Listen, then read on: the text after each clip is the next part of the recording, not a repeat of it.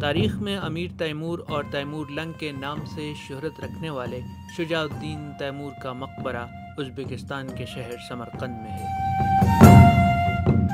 1336 میں پیدا ہونے والے شجاع الدین تیمور نے کئی ممالک کی فتوحات کے بعد اپنے لیے امیر کے لقب کا انتخاب کیا، کیونکہ اس سے پہلے خطے میں حکومت کرنے والے چنگیز اور اس کے خاندان کے حکمرانوں کے لیے خان کا ٹائٹل استعمال ہو رہا تھا۔ 1360 کی دہائی میں ایک لڑائی کے دوران ٹانگ زخمی ہوئی، لنگڑا کر چلنے کے سبب انہیں تیمور لنگ بھی کہا جاتا ہے۔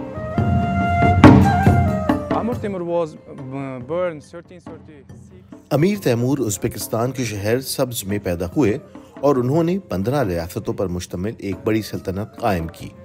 تیمور کی سلطنت کی سرحدیں دہلی، آگرہ، روسی دارالحکومت ماسکو اور مغرب میں موجودہ ترکی تک پھیلی ہوئی تھیں، جبکہ مشرق وسطی بھی تیمور کے زیر اثر تھا۔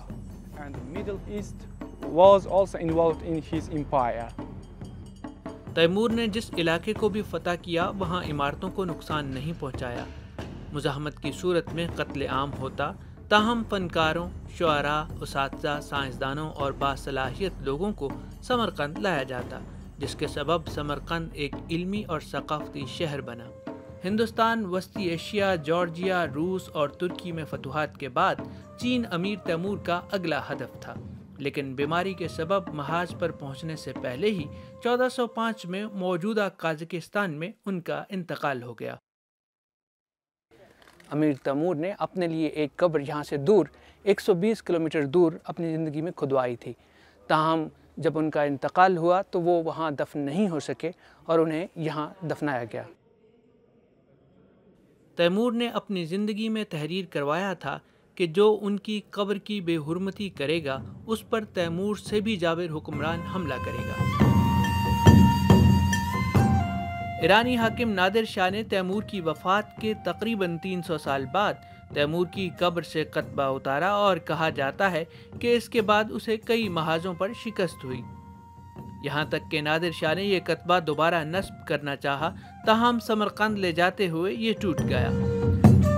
1941 میں سوویت آرکیالوجسٹ میخائل گراسیموف نے قبر کشائی کی تو 2 دن بعد ہٹلر نے سوویت یونین پر حملہ کر دیا تھا، اور 1 سال کے بعد ماسکو حکومت نے تیمور کی اسلامی طریقے سے دوبارہ تدفین کروائی۔ اس مقبرے میں تیمور کے علاوہ بھی کچھ قبریں ہیں۔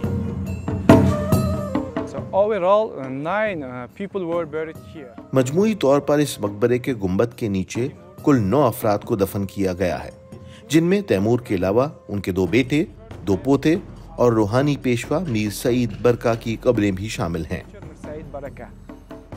جہاں دنیا تیمور کی فتوحات اور کارناموں کو یاد کرتی ہے، وہیں مظالم کا ذکر بھی آتا ہے۔ تیمور نے جن علاقوں میں بھی قتل و غارت کی وہاں انسانی کھوپڑیوں کے مینار بنائے گئے۔